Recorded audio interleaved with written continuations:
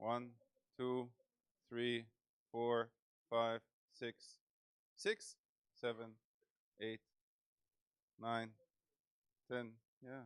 والنهضة بركان لسه. Huh? It's okay. Maybe you can score like this. Okay. That's it? Siko? Non? Pourquoi? Tu es français, non? Mais dis-moi, tu es le nouvelle Thierry Henry, non?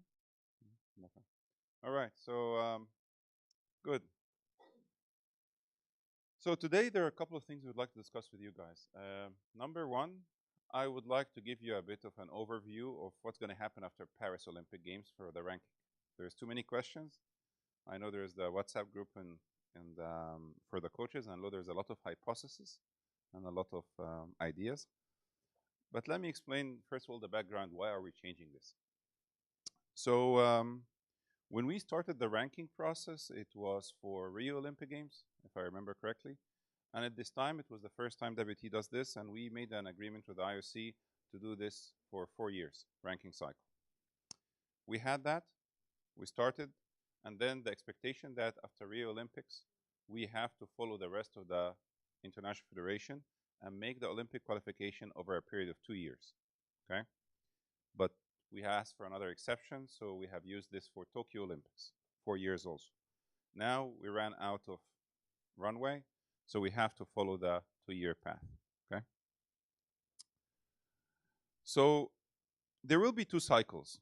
The first one, okay, from June 1 this year up until May 26. What does the cycle mean? This is not a qualifying cycle to the Olympic Games. The qualifying cycle to the Olympic Games is the second one, which is from June 26 up until end of May 28. Now, why do we need the first cycle? Think about it this way. The second cycle will have the Grand Prix, 3 Grand Prix, 1 Grand Prix final. How are we going to invite the people to the Grand Prix? Accordingly, as we discussed with a lot of people, a lot of thought leaders, we said we're going to do the cycles in 2 waves. Wave 1 is mainly to get you into the Grand Prix series. So later on, I'll explain more about this, but this is why we have 2 cycles. So the same rules apply as today. You're going to get 40 points in a calendar year. What does it mean, a calendar year? January 1 to December 31. But because the Olympic cycle started as of June now, yep. So from June 1 this year until the end of the year, you get 20 points, half. The year after, you get 40 points. And then the last year, leading to the, not the last year. So, okay. So half in 24, 26, okay, 24, 25, 40 points. Then 26, you get also 40 points, but it's divided into 20 points to qualify into the final cycle and 20 points in the second half. So every cycle will carry around 80 points, okay? So let me explain this even probably in a simple manner. The cycle 1, which is June until the end of the year, you can get 20 points from G1, G2s, and G3s. Then the following year, which is 25, you can get the full 40 points. Then the beginning of 26, you can get another 20 points. And based on that, you will be going to the final cycle or being invited to the Grand Prix. After the first, as we reach June 1, 26, all these points will go to 0. We will only have the people that are being invited to the Grand Prix series, and everybody will have 0 ranking points. So on June 1, 26, everybody will start from scratch. Is that clear? Let me explain it even later on. So actually, I will skip all of this and then I will come to it later. Okay. So here in the year of 25, this is not an Olympic cycle. This is the ranking that will help you to qualify for the Grand Prix. So during this period, you will get points. And you will get points also in the second half of 24, which is this year. So all these points there, all the points you get here, and the points you get at the beginning of 26, all these points will enable us to invite to the Grand Prix series. So sometime in February, we will say ranking of February 1. Based on this, the top, let's say, 20, 30 athletes, they will be invited to the Grand Prix series. And in that Grand Prix series, we will use that ranking to do the seeding. Okay? Then April 1 for Grand Prix Series 2, and June 1, Grand Prix Series 3. Now, we know the athletes going to the Grand Prix, the cycle has finished. The watch is over, as they say in Game of Thrones. It's finished. Then, June 1, 2026, everybody has 0 points. Zero. Everyone. The ones going to the Grand Prix, the ones that are not into the Grand Prix, and then the race to the Olympic Games begin. Everything you will start accumulating from June 1 here to the balance of 26, everything you're going to get in June 27, and here we stop, will determine the top 5 athletes that are going to the Olympic Games. Okay? So here, we will know who are the top 5. Then you're going to have another 6 months that you can get points that will help you out for your seeding for Los Angeles Olympic Games. So June 1 will be the ranking that we will use for the seeding of Los Angeles Olympic Games. Okay? Questions? Okay. Let me go back to the...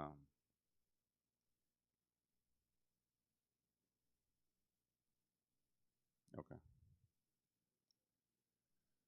So what does that mean? So with these changes, there are a couple of date changes, but the process stay the same. You know, today, each athlete has the right to choose their Olympic weight category from January 1 to January 25th.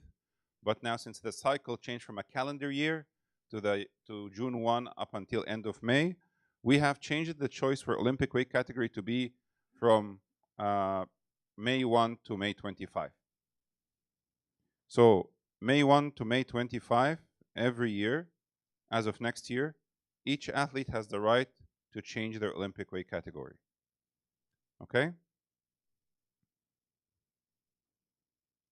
As I said earlier, this is the ranking that we'll be using for Los Angeles 2028, which is June 1, which means all the competitions up to May, end of May 2028.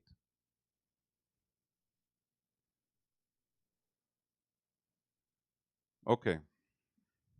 Another thing to bear in mind, because remember today how much percentages we deduct every year from the ranking points? 25%. But because we're doing this over 4 years. Since we're doing it over 2 years, the deduction will go from 25 to 50%.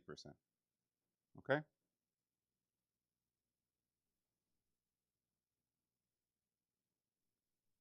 So the table on the right here, just it's a simple way to explain, because we keep saying July ranking, June ranking, but reality is when we say June ranking, it means the competition up to the end of the months before. So the June ranking is the ranking that get published in the first week of June, but usually it's encompassing all the competitions all the way to the end of May. Okay? Now, first of all, the Grand Prix series for 2026 and 2027, they will look like this. We will have 32 athletes. Only the top 28 will be from the Olympic ranking. Not like before where we get 32 from the Olympic ranking, only the top 28. Then we will get 3 from the GP challenge, okay, and 1 from the host country. Okay? As you saw in the other diagram with the calendar, we will be working on these cutover dates that I showed you before, and also you can see on the screen here. Okay? For the year 2027 Grand Prix, we're still working on the cutover dates based also on the timing of the Grand Prix. So that's still something to be confirmed. Questions? So Grand Prix series, 32 as it is, composition will be different, 28 from Olympic ranking, 3 from GP challenge, and 1 from host. Robert.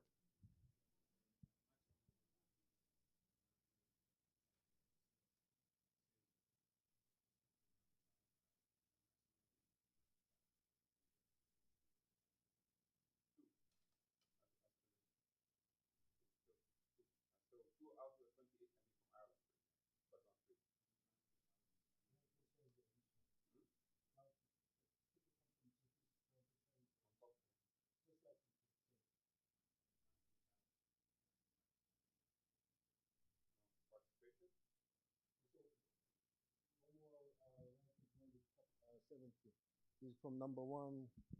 So Grand Prix Challenge concept changed. It's just like open qualification tournament. Anybody who wants to get a ticket, they can come, and they can come repeatedly. They can come GP only one, two, three. Yeah, so it's no limit. So for Grand Prix final, we will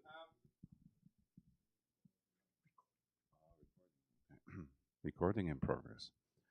For the Grand Prix final, we will have 16 athletes. Okay, so the composition will be different for this one. You will have the finalists from the 3 GP series. So each GP series will take place. There will be 2 finalists. Those 2 will go to the GP final. That's 6.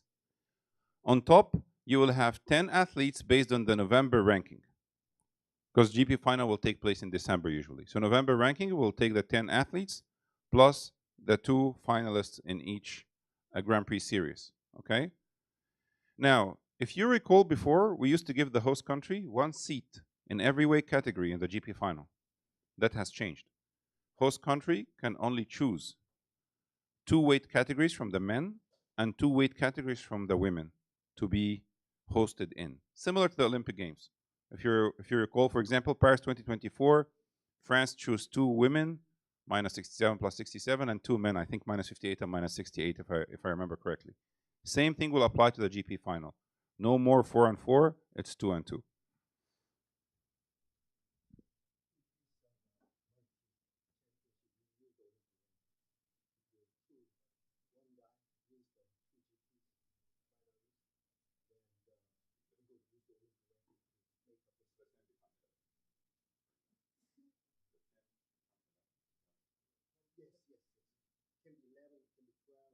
So any hiccup in the Grand Prix finalists, like those 6, if they are not 6, if there's duplications, if there is less or more, we'll always use the Olympic ranking of that November month to kind of complete the 16 number of athletes in the weight category.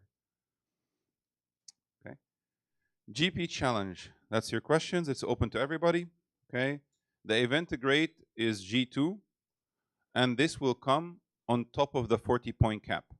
So whoever goes to the GP challenge will not only have a chance to be at the Grand Prix, but also will get additional point to top up their Olympic ranking during that cycle.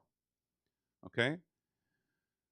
There will be 6 GP challenge will be held in 2025 and 2027, 3 in 2025 and 3 in 27. Each of those 3 medalists will be invited to the Grand Prix series, as I explained in the previous section. Sorry, in the Grand Prix series, yes, as explained in the previous section. Okay? So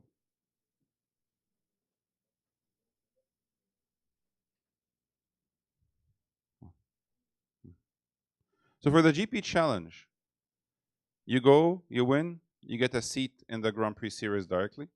Okay? So 3 from there, as we explained earlier, 1 from the host, and the rest is from the Olympic ranking. Any questions on that, Rob?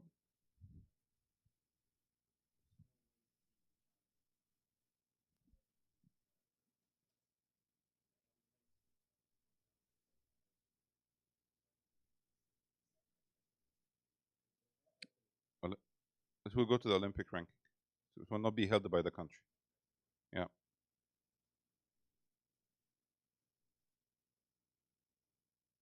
Okay, Grand Slam Championship. So the Grand Slam series, we will have it in 26 and 27. Okay, so how are we going to have the athletes in the Grand Slam series? We will have 10 athletes, 3 the gold medalists from the GP series, 1 gold medalist from the GP final, 2 gold medalists from the World Championship, plus 2 finalists from each Grand Slam challenge. So there will be no host country quota, and the series, the Grand Slam Champion Series composition of the athletes will be dependent on the prior results in other competitions. Okay, the Grand Slam Challenge will take place in the years of 25, 26, 27. Again, similar to the GP Challenge, it's open for everybody. You can come, welcome. The event grade is G2. Also similar to the GP Challenge, the points will be on top of your cap of the year. So it will be on top of your 40 points. There, sorry, included. Right. Yes, you're right. Sorry, I'm half asleep. So this will be part of your 40-point cap. So the difference between this one and the GP Challenge is a top up to your 40 points. The Grand Slam Challenge is inside the 40 points. Too much math, I know, it's not easy, but if you have any questions, I'll take them at the end. Okay? So what will be the qualifications for LA 28? So similar to here, to this year, to Paris, the top 5 from the Olympic ranking will go. Number 1 in the Grand Slam will go. And then we will have 8 from the continental unions, Africa, Asia, Europe, and Pan Am. Okay? And 1 from Oceania, 1 host country or university place, and 1 possible refugee athlete, depending on the IOC decision. Exactly as Paris 2024. So this is exactly what we have today. It will continue to be the same in LA. The only difference is how we get there. Okay?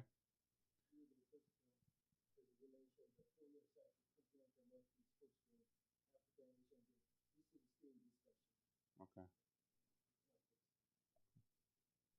Did you hear what Jay said?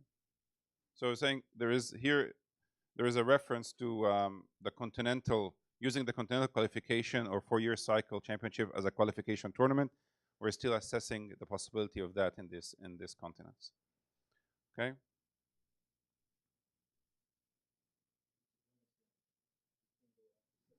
So, so remember today, if the Grand Slam gold medalist is already part of the top 5 athletes in the Olympic ranking, that place will go from the Grand Slam. I'll go to number 6 on the Olympic ranking. Okay, this will change in the future. If the Grand Slam winner is part of the top 5 in the Olympic ranking, the place will go to the 2nd place in the Grand Slam ranking. So Grand Slam will hold its own place in line, so 1 or 2. Okay.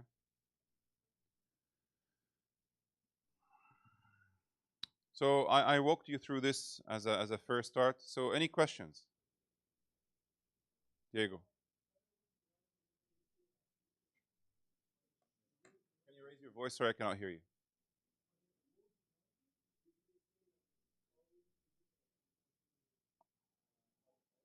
World ranking will continue. Normal. Yeah, will not change. No change. No. Alfonso?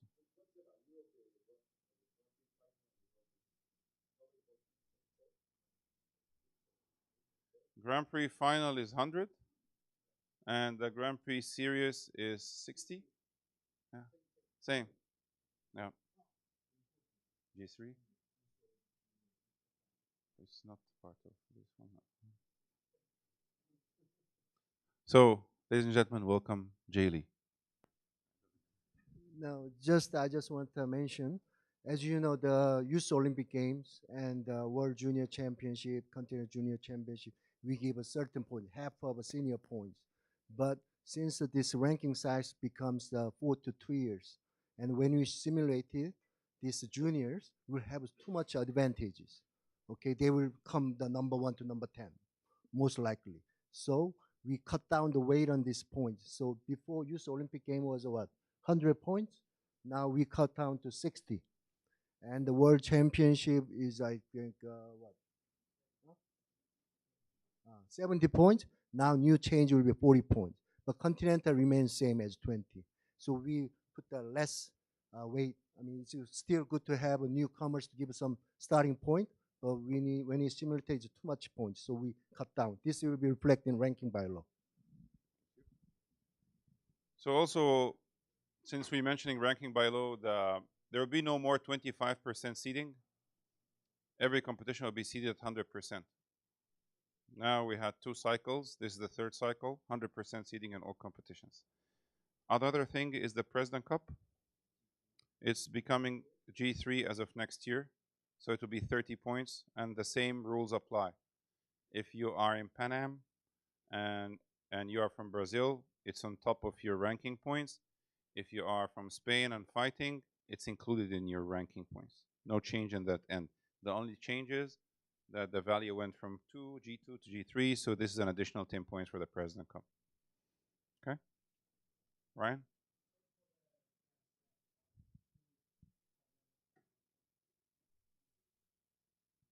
Yes. Yes.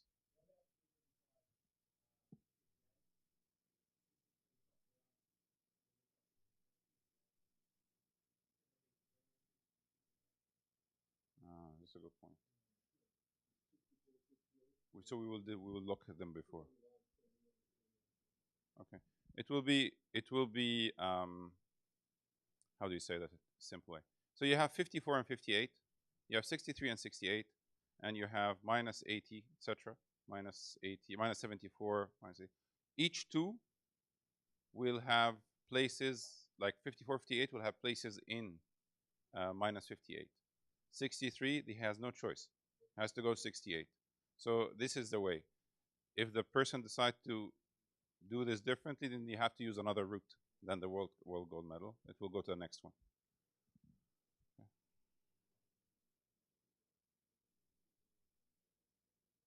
All right. Good. So probably let's have maybe a 5-minute break, then we go to the second part of our conversation. Thank you.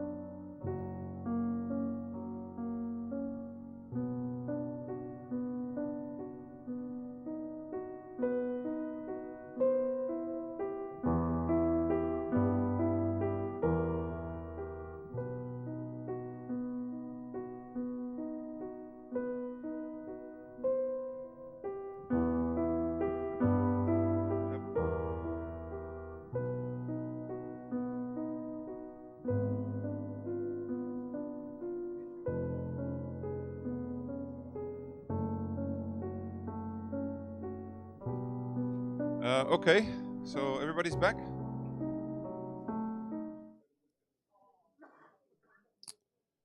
Okay, the coming section, I'm not going to present anything. As you know, last week President Cho have put a task force together to look at the rules and regulations for Los Angeles 2028. The idea is not only to look at the competition rules, but also matters like sports presentation, production, field of play, uniform. There's several elements there. So this part of today's meeting, I would like to get your views on the competition rules. What should we consider? What should we change? Or any ideas that is not already even included today in the mix. This is a free form, so you can tell me what do you think. Because also just for you some background, the feedback we got from spectators that are not Taekwondo practitioners, not somebody involved with somebody who does Taekwondo, that it's a bit complex to understand what's going on. They understand if a player gets out of the boundary line to get a penalty, or in fall of the grounds to get a penalty, but there are other penalty scenarios that they don't understand, which for us tell us that there is some complexity we need to address. So anybody have any ideas? Please go ahead. In English, en français, en espagnol, as you like. And we have the session recorded, so we will look at that and kind of empty the recording with all your suggestions to take it to the committee and discuss with them. Okay? So, who would like to start? Eso es. Moi, je vais parler en français parce que mon anglais, c'est pas trop bon pour l'expliquer tellement ça. Et on a vu dans certains compétitions, dans les championnats du monde, des erreurs des arbitres assez graves. Par exemple, il a eu des camchons donnés pour les référés et après un coup de pied à la tête qu'il n'est pas scoré. Et il vidéo replay, il a donné les 3 points quand même. Alors, on a 4 arbitres dans les tatamis et aucune puisse intervenir à changer ce type de problème. Et moi, je ne comprends pas. On a 4 caméras, 120 mètres carrés, 4 arbitres. Et moi, je pense que dans les concepts d'un sport de haut niveau, ça ne doit pas arriver. Pourquoi? Parce qu'on a assez, je pense, de gens pour intervenir. Et je ne comprends pourquoi pas les autres arbitres, ils n'ont pas le pouvoir de pouvoir communiquer, ils font un petit meeting de 30 secondes et pouvoir changer les erreurs rapidement. Quoi. Voilà. So in English, what Leonardo is saying is, in a situation like it happened in the World Championship, 2 players are fighting, okay? One player grabs and then delivers a monkey kick to the head. And the points didn't come on the screen, didn't come on the scoreboard. Center referee didn't give kamjan for grabbing. He missed it or she missed it. Then the coach for the player who grabbed and kicked to the head, he asked for the 3 points. He got the 3 points because there was no kamjan for grabbing.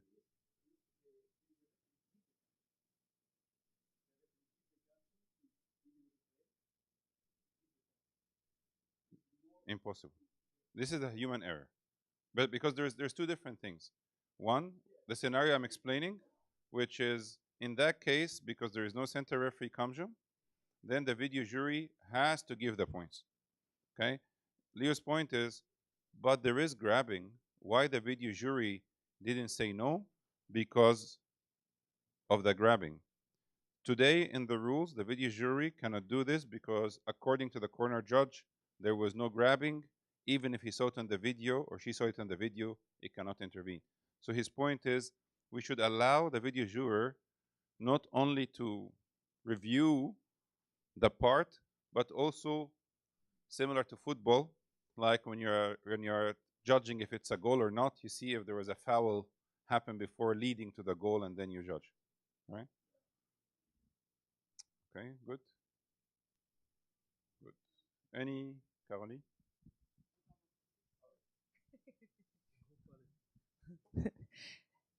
Moi, j'ai juste peut-être une suggestion. Je ne sais pas si ça va être hyper compliqué à le faire, mais en cas de demande de vidéo replay, est-ce que ce serait envisageable que après la demande, après que l'arbitre central ait fait la demande à la table, ce soit signalé, que la requête soit signalée, c'est-à-dire par moment de l'extérieur, même moi en tant que coach, je ne sais pas ce que le coach a demandé. Et c'est vrai qu'il peut y avoir plusieurs interprétations et on ne sait pas vraiment ce que le juge central dit à la table. Donc, est-ce qu'il n'y aurait pas possibilité, de manière très simple, avec un pictogramme ou quelque chose, de faire vidéo replay plus la demande qui a été faite? Comme ça, même nous, le coach qui demande, on sait que la demande a bien été demandée, et de l'extérieur, c'est peut-être plus lisible. So what Caroline is asking is, today when the coach asks for a video replay, nobody knows what's going on. The other coach don't know, the spectators don't know. So maybe if there is some way to utilize some pictograms or something that shows what the coach is asking for. So first of all, you as an opponent coach understand, and also as the spectators understand. Did I get that right? Good. Actually, the referee just said the same thing. In the session earlier, the referee said the same thing. He said, the asked is, can we have 6 buttons? One for the coach to grab my attention, because sometimes the coaches stand with the card for a bit and he's behind the referee, and the referee need to focus on the players. They react a bit late and something may happen. So that's one. And then have like the 5 cases: attacking a falling opponent, outside boundary line, the main cases. So just a let's say a panel with 5 buttons or 6 buttons. And if something is outside these cases, then the referee will go to the coach and have the conversation. This will help answer the question about people understanding what's going on, including us, by the way. And yeah, and both coach understand and the spectator. Yeah.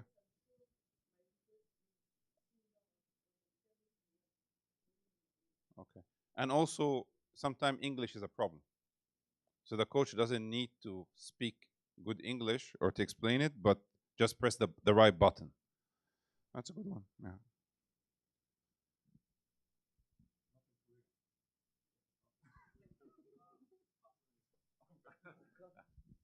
And I would like regarding about video during video replay.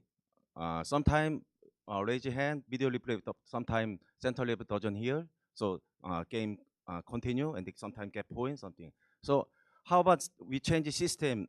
We direct to some sitting, coach sitting have some button. We put the button and scoreboard stop, and then some sign, and then we speak direct to review judge.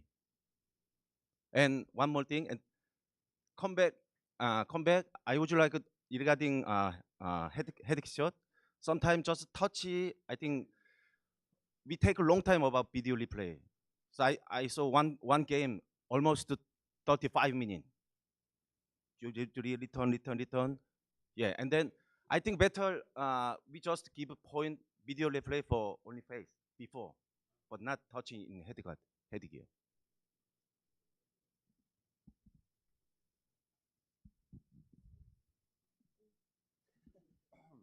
So actually, Tiger Che, what you mentioned also was mentioned by the referees this morning. It's quite interesting to see the similarity. So what you're asking is absolutely spot on. For the buttons is one thing, but also I don't know if you have seen the statistics yesterday from Thomas. There's a lot of headshot, headshot, yeah, not only face, headshot accepted. So the number of requests and the interruptions happen. The other thing we are working on, for you to know, is we are working on PSS improvement that will be available very, very soon, which is enhanced sensitivity for the head guard. Okay, that's one. And also allowing punch to be recorded electronically. So if the punch is hit the hugo, for example, with the right amount of force, the corner judges just will agree with the technique, because if it's electronic, you can do like this or you can do like this. So they just confirm the technique, and then the PSS will record this. If for whatever reason we cannot get the PSS enhancement, absolutely, we will look into only allowing face kick because the amount of time is a lot. The reason why, actually, if you remember, in Tokyo, it was only face. After Tokyo, we changed. And the change coming from the fact that we wanted to have more exciting video replays and allow more shots to the headgear. But apparently, this went a bit more than what we expected. So I agree with you. Anybody else?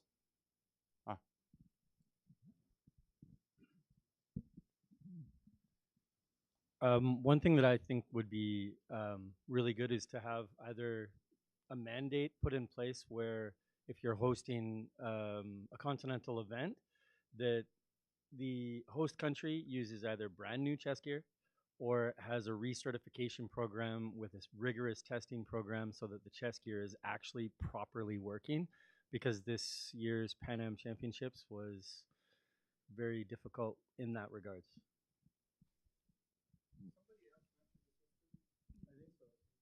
Yeah. Diego. Oh.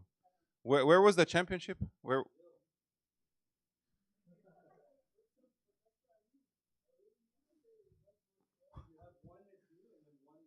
But Diego's rich.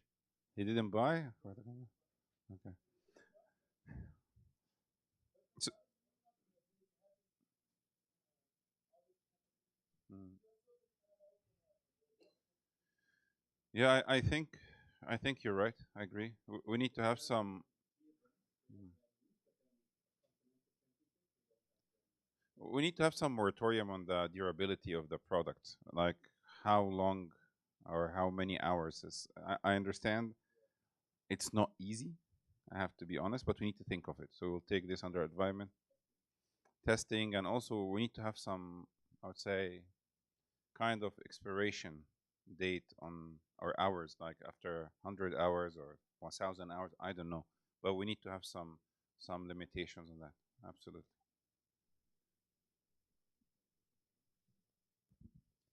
I have a question for all coach. Please just give up your position as a coach. If the idea is to project ourselves for LA 28 and how we can improve our sport. But if you stay as a coach, you cannot answer my question. Just please try to be creative. My question is, how is possible to improve our sports and to consider the new generation, the audience, the marketing, and all the sponsors, they want to come in our sports to put money to sponsor. And my question, I have an idea. For example, the bar life for me is the next generation of the Taekwondo, because it's very simple. It's very easy to understand who is winning, who is losing. If you give some PlayStation control remote to someone, it's very easy to understand the game. I'm winning because the bar life is finished. But if you, I'm in the committee, I explain Taekwondo to many people from many sports, and they don't understand Taekwondo. Every time they, okay, +3, +2, okay, game jump, +3, +1, +1. I said, yes, finally, I think if we want to improve our sports, we need to think something new. Maybe not for LA, maybe for Brisbane, yes, Brisbane after. But how, as a coach, but not a coach, but practice, Taekwondo practice, what do you think we can improve on the scoreboard? How we can improve the scoreboard?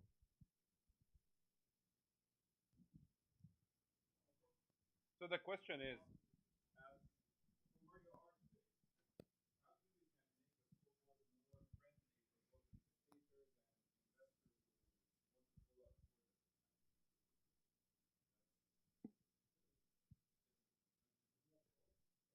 Yeah, I agree with you. Just I mean, that's why we the Olympic sports, Taekwondo. Normal people likes Taekwondo. We need more performance. That's why that. Just I will just now. I guess Taekwondo. So many is 감점. Some 감점 why even if it's just parents they didn't know that why 감점 something like that. So many experienced athletes also average didn't know that. And then scoreboard is now. I don't, to be honest, I don't want to change the rules because so many after Olympic, so many every time change it 2 times kick, 3 times kick available, something like that. Back kick, 4 point, 5 point, some. It's so confused everywhere. Just I mean, you want to keep hold the rule. Also, if you available more simple 감점, just attack, bounce around, 포 감점. Now we can try to the 포 감점 system, but low kick, something grabbing and pushing. Every time, every set is confused. Why 감점? Why change the point? Something like that.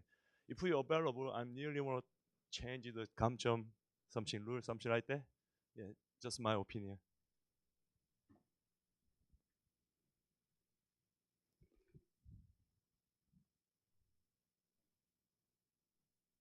No, I agree with you. I mean, it's the first thing that was on the committee's agenda is how to make things simpler. So directionally, where we are today is we do not want to change the round system and we do not want to change the rules. We just want to, at least at this stage, make the scoring simpler. We have 5 scoring, 1, 2, 3, 4, 5. Make it 2 scores or 3 maximum. And also the penalties given or the kamjams given, we need to slim that down. But it's easier said than done. Who was in Roma Grand Prix after Tokyo Olympics, the first one? At that time, we let go of the grabbing and pushing kamjam, and we ended up with very ugly games. Too many people pushing each other. It was like a fight in a bar. So we need to think about a way, with your help, of course, because this is not the end of it, how to remove some kamjams without this removal affects the game's nature. Game's tactics is okay, but the game's nature. So this is something requires more studying. But to your point, we are not planning to change the rules to the extent that we have done, for example, after Tokyo. Go from this to that. No, so you're absolutely right. So any ideas on the scoreboard as mentioned?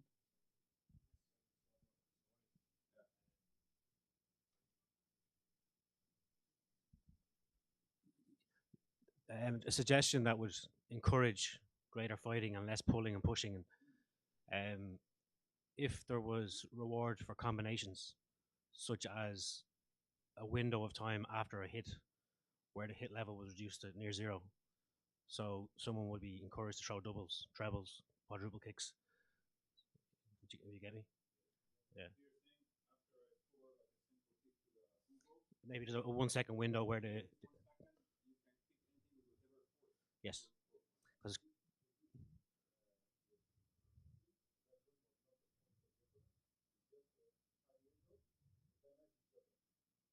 Okay.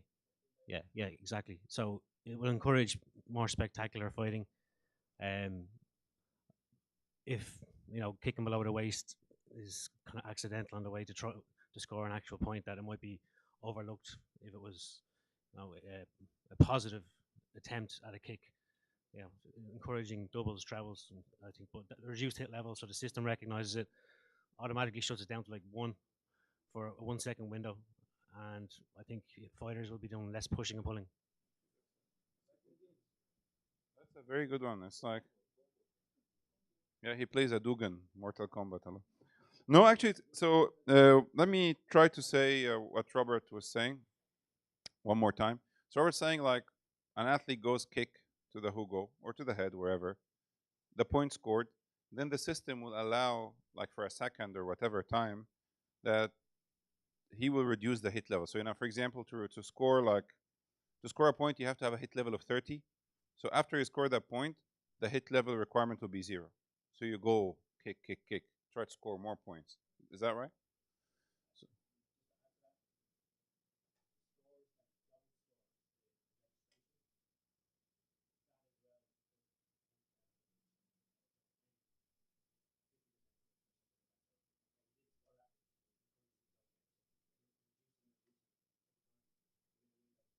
So you want to, okay, so either that or, for example, every 5 hits become a point, something like this. Mm. Okay, it's a good one. That's a good one. Thanks, Robert. Any? Si. Je suis assez d'accord par rapport à ce que vient de proposer Robert. Parce que justement, je me disais, est-ce qu'il n'y a pas une réflexion à avoir sur les fins de round lorsque il y a un écart de score? En fait, ce qu'on voit souvent, c'est que les 10 dernières secondes, 8 dernières secondes, les deux combattants arrêtent de combattre. Et c'est vrai que ça peut nous... Enfin voilà, ça enlève le côté engagé qu'on veut avec les nouvelles règles du best of three. Donc c'est peut-être une bonne idée parce que du coup, la personne qui est menée elle va continuer à charger et puis ça va lui permettre d'ouvrir le score. Ça, c'était juste une remarque. Et sinon, par rapport à Mehdi, j'ai le souvenir du Grand Prix à Paris. Je ne sais pas si ça se fait partout, mais bon, voilà, c'est le seul où j'ai vu ça. Avec les tableaux qui sont autour des aires de combat qui s'allumaient en bleu ou rouge quand il y avait un score pour un des deux combattants. Pourquoi pas étendre ça avec le head kick ou de façon à ce que le public puisse voir et comprendre que là, il y a eu 3 points supplémentaires parce que head kick ou body kick, ou etc., etc. Ouais, pour que ce soit, comme par rapport à ta remarque, plus compréhensif et ça fait vraiment penser aux jeux vidéo où on sait pourquoi ça a marqué, quoi.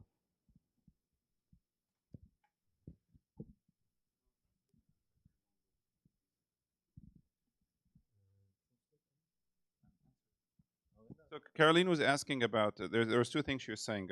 One thing, she agrees with Robert about what he's saying about this. But also, she's looking at maybe towards the end of the round, we can do something that also encourage the scoring to have better impact in the last 5, 10, or 8 seconds. The other thing we're talking about is referring to Mehdi's question earlier is about the visualization. Said in Paris Grand Prix, when they were scoring, there was like blue lights and red lights. Maybe we should complement that with showing the headshots for the spectators to understand that's a headshot or that's a body shot, etc. Is that right? Good. Good. Any other remarks? All right. Good. So with that said, thank you so much for coming. That concludes our session for this morning. Enjoy your lunch and see you in the afternoon. Have a good day. Thank you.